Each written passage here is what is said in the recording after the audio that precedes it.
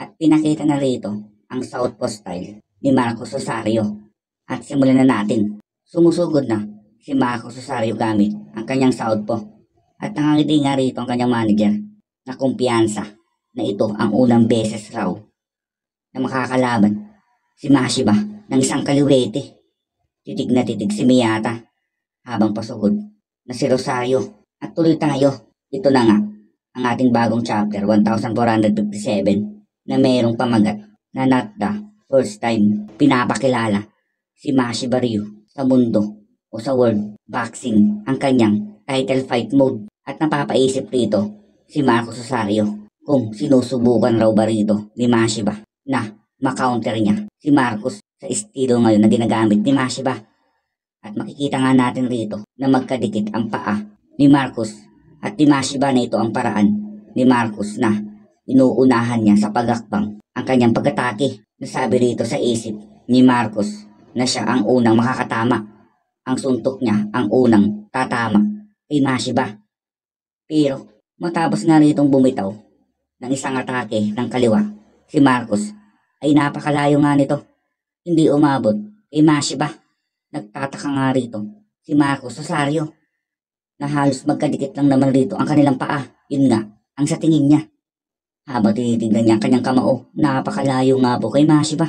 Gulat na gulat ito. At kita nga natin rito na nakangiti si Ipo. Proud na proud kay Mashiba sa tulong na ito ni Ipo. At matapos nun ito, sapul na sa isang tagang suntok si Marcos. Sapul na sapul si Marcos Rosario. Tagumpay nga rito ang paghintay o pag-counter ni Mashiba. Pero hindi nga rito gaanong napatras si Marcos sa suntok ni Mashiba. Pero kahit hindi nga po siya napatras ay eto, pababa naman ang bagsak niya. Mukhang babagsak na nga rito si Marcos Rosario. Sigawan na ang lahat ng manonood. Sumigaw na ang announcer at ang lahat. Natagumpay rito si Mashiba. Sigaw rito ang kanyang manager. Hindi siya makapaniwala sa galing ni Mashiba.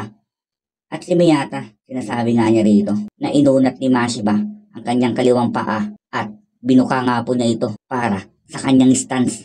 Na nung plenanong araw rito ni Marcos Rosario na maunahan niya si Mashiba ay hindi nagtagumpay dahil sa sobrang layo nga po rito ni Mashiba sa kanya. Kahit magkalapit lang ang mga paa, napakagandang araw rito ng ginagawa ngayon ni Mashiba. Napapabilib si Miyata. At tuloy tayo. Dumudugo na nga rito ang bibig ni Marcos Rosario. Sabay bumawi siya ng isang kanan. Tumama lang ito sa guard ni Mashiba. Pero matapos nun, isang kanan naman rito ang naitama ni Mashiba sa kanya. Sa pool na naman ni Marcos. Bumawi si Marcos ng kaliwa pero na isang galang rito ni Mashiba ang kanyang braso. Hindi nga rito tumama ang body blow ni Marcos Rosario. At ang sumunod, isang kanan na naman sa pool na naman si Marcos. Hindi nga po rito umuubra si Marcos Rosario. Sa palitan nilang dalawa, wala nga po rito umaatras. Pero ang nakakalamang ay si Mashiba. At matapos ng tuloy tayo, ito may umatras na nga si Marcos Rosario. Kinuha niya muna ang kanyang distansya kay Mashiba. Sigaw na dito ang lahat. Sinisigawan na siya ng manonood kung bakit umaatras nga daw rito ang champion. Bumalik nga daw siya sa palitan nila ni Mashiba. Na sinasabi rito na hindi umuubra si Marcos sa malapitan na laban. Nakangiti naman dito si Sawamura na masayang nanonood sa laban ni Mashiba. Sigaw nga rito si Sendo na napakagaling daw po rito ng strategy ni Mashiba laban sa isang kaliwete na talagang ininsayo nga daw po rito ni Mashiba.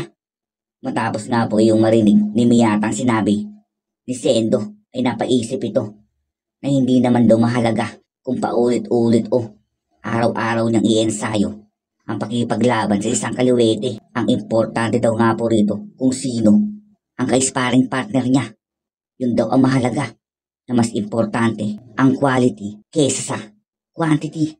Si Ipo nga po rito ang nakatulong kay Mashiba.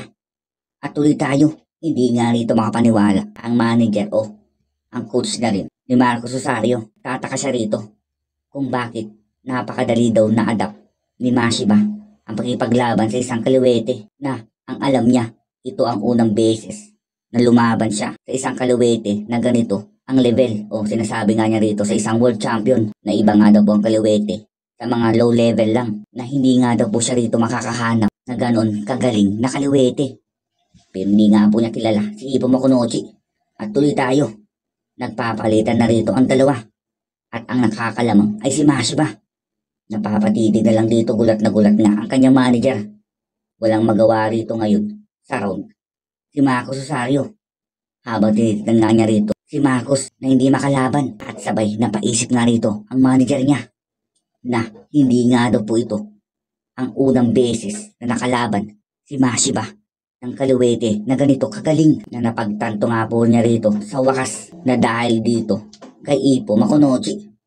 At natutuwa nga rito si Ippo sa pinapakita ngayon ng kanyang bayaw si Mashiba. At sabi nga rito si Coach Toho na utang nila ito kay Ippo Makunochi na kung hindi nga daw po rito dahil kay Ippo ay hindi magagawa dito ngayon ni Mashiba ang ginagawa niya kay Marcos Rosario. Malaking tulong ang ginawa ni Ippo sa kanila. Nito tuwang-tuwa nga rito ngayon si Ippo. Halos sinasabayan niya pa ang suntok ni Mashiba. At nakikita siya ngayon ni Itagaki na buong buo ang tiwala kay Mashiba. At papasuntok na nga rito ang walang magawa si Marcos Rosario. Dahil hindi nga rito umaabot ang kanyang mga suntok kay Mashiba. Nito, sapul na naman nga po siya rito sa kaliwa ni Mashiba. Hindi na naman umabot ang suntok niya. Matapos sa muka ay sinunod dito ni Mashiba. Sa may katawan, sunod-sunod na rito ang mga flicker ni Mashiba sa kanya. Taas na lang rito ng guard si Marcos Rosario. Sigawan ang mga manonood. Nakitang-kita na lamang si Mashiba. At tuloy tayo. Pero matapos nga po ng ilang beses na tinatamaan rito si Marcos Rosario ay napakatibay pa rin dahil nagagawa pa nga po niya rito gumanti kay Mashiba. Ito rin ang sinasabi ng mga manonood na napakatapang, malakas ang loob ng champion kabila ng marami niya ng tama. At hinihintay na nga rito ni Coach Toho na mawalan ng lakas si Marcos Rosario tulad nga ng kanilang plano. Sigaw si Ippo pagkasuntok ni Marcos Rosario ng kanyang kaliwa ay dumaplis nga lang ito sa may balikat ni Mashiba. Pero ang kapalit nun ay ito, isang uppercut sa pool si Rosario. At matapos ng isang short uppercut ni Mashiba ay ito na ang kanyang patagang suntok. Tatagay na nga niya rito ng isang kanan si Marcos. Wala na nga rito magagawa si Marcos Rosario. Na mukhang ito na ang katapusan ni Marcos, pero ito tuloy tayo. Biglang pumagitna ang referee. Sigawan ang lahat, nabihitin dahil tapos na ang round. Na-save by the bell nga po rito si Marcos Rosario. Sigawan ang lahat dito ng manonood. Nakitang-kita na kay Mashiba ang round 2. Tuwang-tuwa si Ippo at si Kumi. Nag-appear pa. Habang nakatingin rito si Ippo kay Mashiba ay nakita niya na mayroong tinitignan si Mashiba sa kanyang likod. At matapos nga po nung lapitan si Mashiba, ito ang mukha niya. Nakatitig pala ang mata niya kila Ippo at Kumi. Nakabantay pa nga rin po rito si Mashiba sa kanilang dalawa habang lumalaban. Napatigil nga rito ang dalawa at ang kamay ni Ippo habang nanginginig ay bigla siyang sumenyas na ayos. Magaling Mashiba, sinasabi nga rito ni Ippo na maganda nga po rito ang ginagawa ni Mashiba, pero hindi pa rin talaga pinapakita rito ni Marcos Rosario ang tunay niyang lakas na yun din ang ating hihintayin. At dito nga po natatapos ang ating chapter 1457 mga ka-knockout. Maraming salamat po.